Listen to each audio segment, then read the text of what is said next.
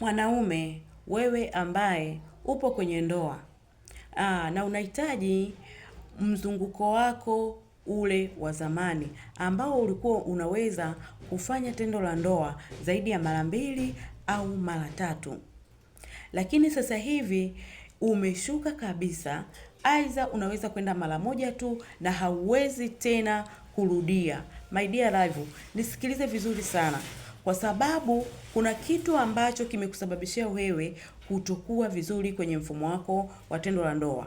Na kwa sababu gani sasa?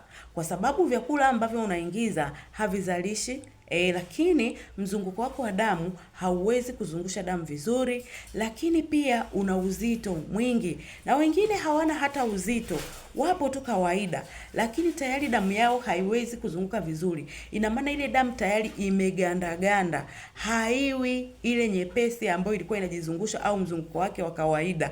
Tayari damu imekuwa inaenda kwa kusuasua. Sasa kwenye upande wa tendo la ndoa lazima utashuka, utaanza kwenda mara moja. Mwisho wa siku unaishia kugombana na mwenzi wako, anajua kwamba wewe inawezekana una mtu mwingine, kumbe hauna mtu. Kuanzia miaka 35 na kuendelea, au 30, wengine wanaanzia hadi 30 tayari wameanza kushuka kwenye upande wa tendo la ndoa. Usisahau uchukua namba yangu ili uweze kunipigia niweze kukusaidia. Lakini kitu kingine, usisahau kufollow, kulike na kucomment ili watu wengine waweze kujifunza hivi vipindi vyangu vya afya.